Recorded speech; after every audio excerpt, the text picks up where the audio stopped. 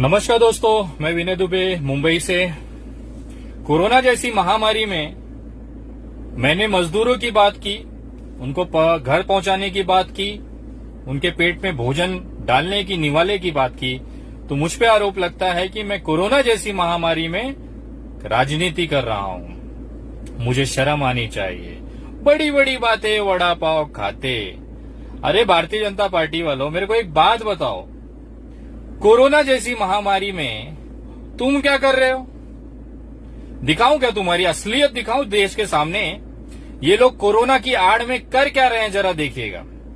ये वीडियो देखिए, आपको फिर पता चलेगा कि ये दूसरों पे राजनीति का आरोप लगाने वाले, मजदूरों की लाशों पे खेलने वाले, इतनी सारी बसें होने के बाद भी खाली बसें वापस कर देंगे, लेकिन उसमें मजदूरों को बिठा के नहीं भेज पाएंगे। और वो राजनीति करने वाले लोग कहते हैं कोरोना जैसी बीमारी में राजनीति मत करो। ये क्या है?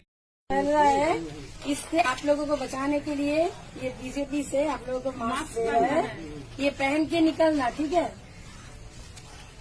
क्योंकि आप वायरस से आप बच जाओगे। ओके, मर जाएगा।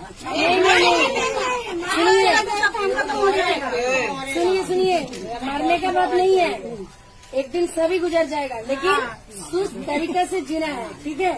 और सबसे बड़ी बात है, जो नागरिकता बिल पास है, आप सुना है ना वो कानून के बारे में? तो ये है, ये हिंदी का है जो ये, लेकिन ये नागरिकता देने वाला कानून है, सुनने वाला कानून नहीं है। आपका देश से, आपकी भारत में की गोद से आपको किसी का हिम्मत नहीं है देश से निकालने का, ठीक है? तो आप निश्चिंत से रहिए और भारतीय जनता पार्टी को समर्थन कीजिए।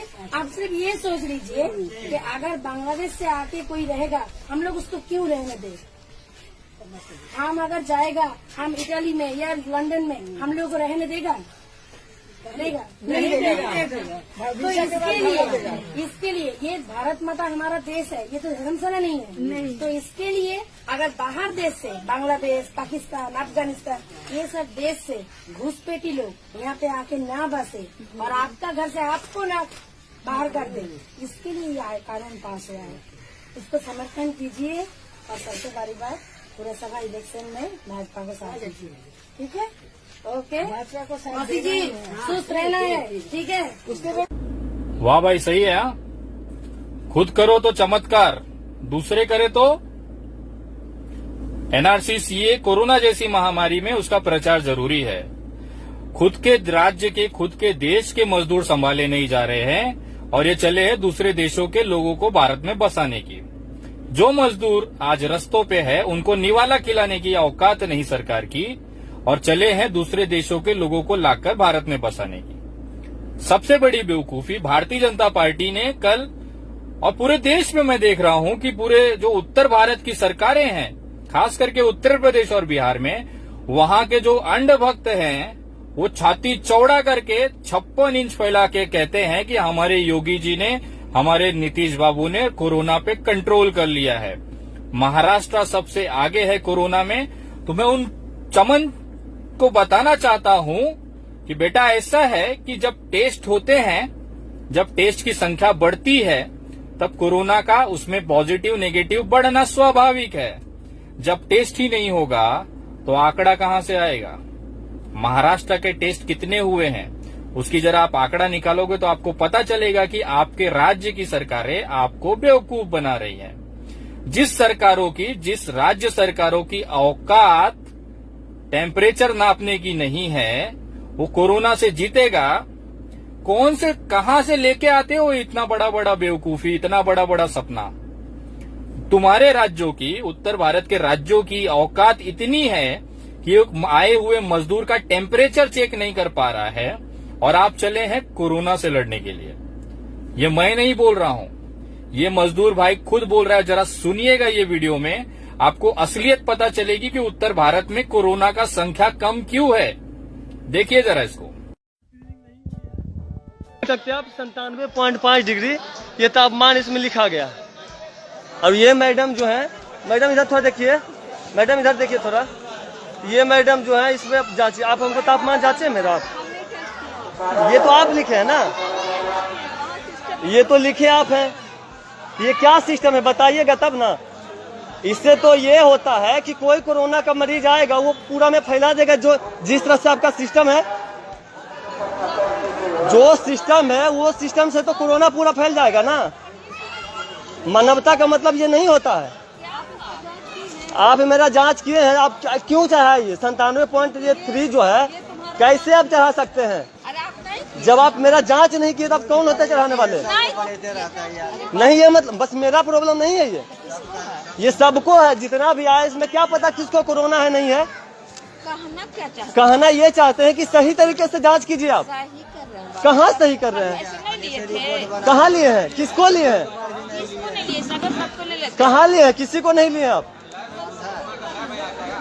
हाँ, क्या बोल रहे हैं आप? बताइए क्या बोल रहे, बोलिए।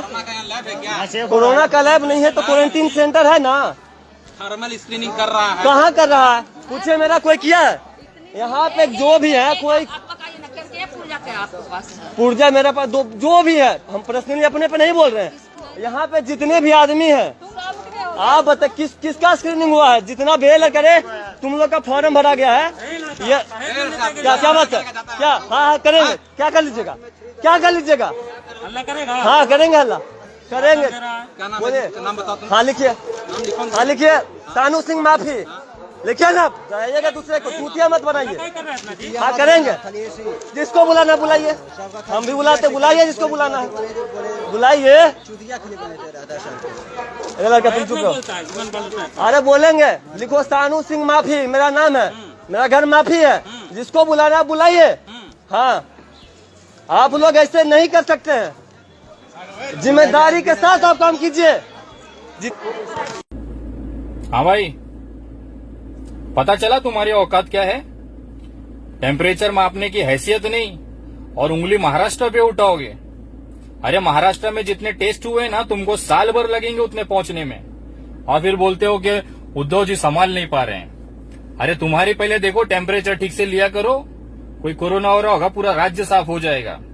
और मैं जानता हूं मोदी सरकार चाहती है कि गरीब रहे ही नहीं तो मामले ही ना उठे। वो देश के मजदूरों की अगर इतनी ही हितैषी होती तो आज ये परिस्थिति नहीं होती कि जो मजदूर अपने घर पहुंच रहा है उसको दवाइयां तक नहीं मिल रही हैं सरकारी अस्पतालों में, और हम कोरोना से जीतने की बड़ी बड़ी बातें कर रहे हैं। पहले टेस्ट कराओ, आपको आपका आंकड़े पता चलेंगे कि किस राज्य में कितना है, और उसके बाद महाराष्ट्र पे उंगली उठाना।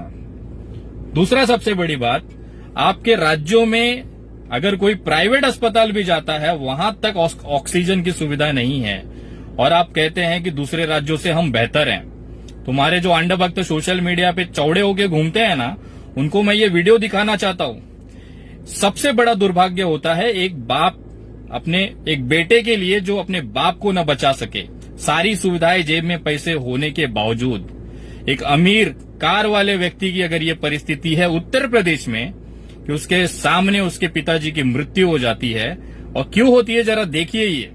ये सबसे बड़ा दुर्भाग्य है, और आप लोग हम पे उंगली उठाते हैं। जरा देखो ये वीडियो। लॉकडाउन इमरजेंसी सेवा तो आप भेजेंगे, इमरजेंसी सेवा नहीं भेजेंगे। कोई आदमी साला खड़ा है, हमारे बगल वाला आदमी खत्म हो गया, नहीं पहुंच पाया समय से। गोविंद नाम था उसका।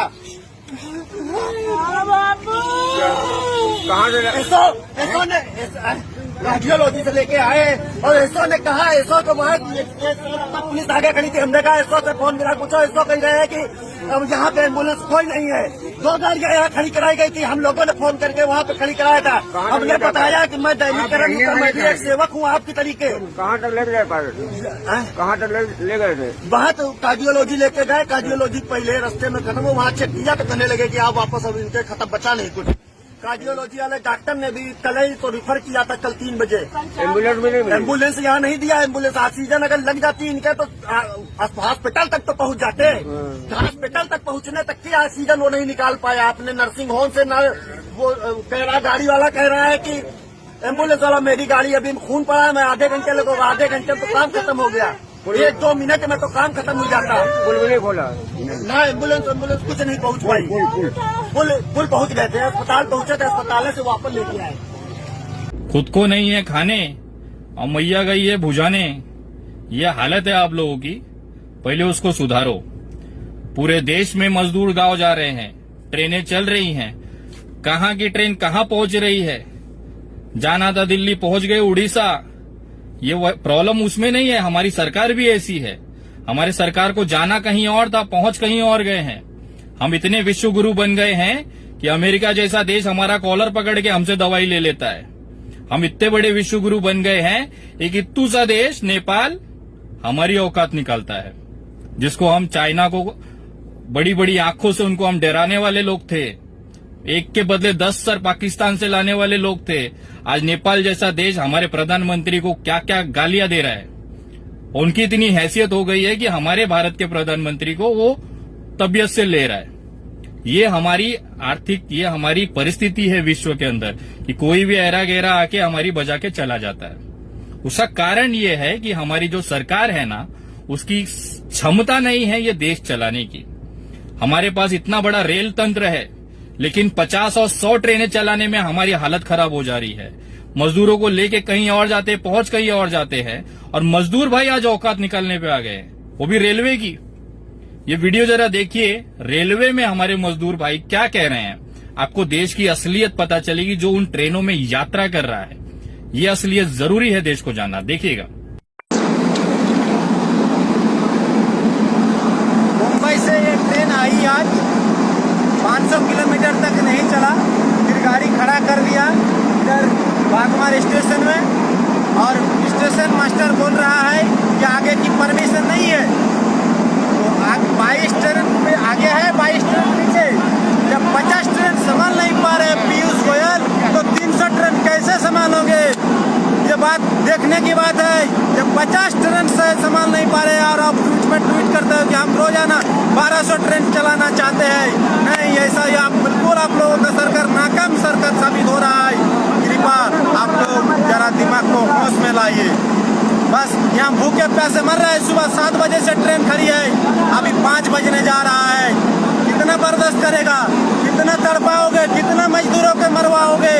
ये बहुत सारे हम गलत हो रहा है। और पीयूष गोयल बार बार कर रहे हैं कि रोजाना हम 300 ट्रेन चलाना चाहते हैं, रोजाना 500 ट्रेन चलाना चाहते हैं, लेकिन 50 ट्रेन चलाने में नाकाम रहे। मुंबई नहीं, ये सरकार की लापरवाही है और कुछ नहीं है। ये सब सरकार की लापरवाही है और कुछ भी नहीं है। सरकार चाहे तो सुविधा दे सकती है। 20 लाख करोड़ का पैकेज ना दे के एक एक बोतल पानी अगर हर जनता के हाथ में होता ना, तो भी जनता जैसे भागती नहीं और दौड़ती नहीं। देखो गांव के अंदर जा रहे पब्लिक, गांव के अंदर जाके बोतल से पानी भर भर के लोग ला रहे हैं, क्योंकि उनको प्यास की शिद्दत है, उनको खुद को बचाना है। सरकार को तो हमारी फिक्र नहीं है। हमने सरकार बना दी है बहुत अच्छे से। सरकार कुछ नहीं कर रही है, बस बातों का बाजार है और कुछ नहीं है। ये देखो जनता, देखो खुद की जान की परवाह ना करते हुए लोग गांव के अंदर से पानी लेके आ रहे हैं। ये हमारी सरकार की सुविधा है। और ये 20 लाख करोड़ का पैकेज, और ये 15-15 लाख सबके अकाउंट में देख लो। ये गटर है पूरा। हाँ, ये देखो यहाँ से लेके वहाँ तक। और गांव वाले इतनी मदद करने के लिए पाइप लगा लगा के बाहर तक लोगों को पानी दिया जा रहा है, ताकि ये लोग प्यासे ना मरे। इतनी फिक्र है गांव वालों को। मैं जूम करके आपको दिखाता हूँ एक बार। थोड़ा लंबा है, इसके लिए जूम नहीं हो पा रहा है। ये देखिए पूरी लाइन लगी है, पूरी बाहर पब्लिक एकदम। पीने के लिए पानी नहीं। हम लोग कब से पानी के लिए तरस रहे कि पानी मिल जाए, पानी मिल जाए। ये मैं आपको दिखा रहा हूँ। गाड़ी को शायद भैकम किया गया है, खड़ी किया गया है, वो भी गाड़ी नहीं रुकती। गाड़ी रुकाया गया क्योंकि एक बंदा गटर में गिर गया था। यहाँ गटर पे गिर गया था, उसकी वजह से शायद गाड़ी को रोका गया है। गाड़ी रुकाई नहीं है। ये दिखाता हूँ मैं आपको, जूम करके दिखाता हूँ। ये देखो, ये देखिए। बस ये हमारी डिजिटल इंडिया और ये हमारी सरकार की मेहरबानी है। खाना तो दूर की बात, खाना तो छोड़ दो, पानी मिल जाए ये गर्मी में, वही बहुत बड़ी बात है। ये हकीकत है। मजदूरों का हम पेट नहीं पाल पा रहे हैं। मजदूरों के अंदर एक गुस्सा है और ये संख्या करोड़ों में है। लोग रास्ते चलते मुख्यमंत्रियों को मां बहन की गाली दे रही है। आज तक के इतिहास में पहली बार हुआ है भारत के अंदर किसी मुख्यमंत्री को, किसी प्रधानमंत्री को भारत के मां बहनों की गालियां खुलेआम सड़कों पे दी जा रही हैं। हजारों वीडियो सोशल मीडिया पे हैं। ये दिखाता है कि हमारी जो उस राज्य उत्तर भारत की जो राज्य सरकारें हैं, जो हमारे देश के प्रधानमंत्री हैं, उनकी क्षमता, उनकी हैसियत देश के अंदर क्या है। मैं आपको जो वीडियो दिखाने जा रहा हूं, ये थोड़ा सा आपको चौंका सकता है, थोड़ा सा आपको दुखी कर सकता है, लेकिन ये हकीकत है जमीनी स्तर की, इससे आप आंख नहीं फेर सकते हैं। जरा देखिएगा, ये वास्तविकता मजदूरों के अंदर जो पूरे देश में फैल रहा है वो ये है। तमिलनाडु सरकार मुर्दाबाद, मुर्दाबाद, मुर्दाबाद। तमिलनाडु सरकार मुर्दाबाद, मुर्दाबाद, मुर्दाबाद। योगी सरकार मुर्दाबाद, मुर्दाबाद, मुर्दाबाद। योगी सरकार मुर्दाबाद, मुर्दाबाद, मुर्दाबाद। योगी सरकार मुर्दाबाद, मुर्दाबाद, मुर्दाबाद। मोदी सरकार मुर्दाबाद, मुर्दाबाद, मुर्दाबाद। मोदी सरकार मुर्दाबाद, मुर्दाबाद, मुर्दाबाद। बीजेपी का झंडा है, किसाना की बुरी हालत कर दी है भाई, आज कर दिया भाई जमा। कोई ना भाई, कोई ना, आगे वोट नहीं है तारे बीजेपी वाले हो। मैं किसी भी तरीके से हिंसा और इसका मैं समर्थन नहीं कर सकता हूं। जिस तरह से पार्टी का झंडा जलाया जा रहा है, मैं कतई उसका समर्थन नहीं करता हूं। एक वैचारिक लड़ाई होनी चाहिए, नीतियों की लड़ाई होनी चाहिए, लेकिन इस तरह से किसी पार्टी का झंडा जलाना दुर्भाग्यपूर्ण है। मैं उसका दुख व्यक्त करता हूं, निषेध है उसका। लेकिन आज आप पूरी भारतीय जनता पार्टी को ये समझना चाहिए कि आखिर ये नौबत क्यों आई है।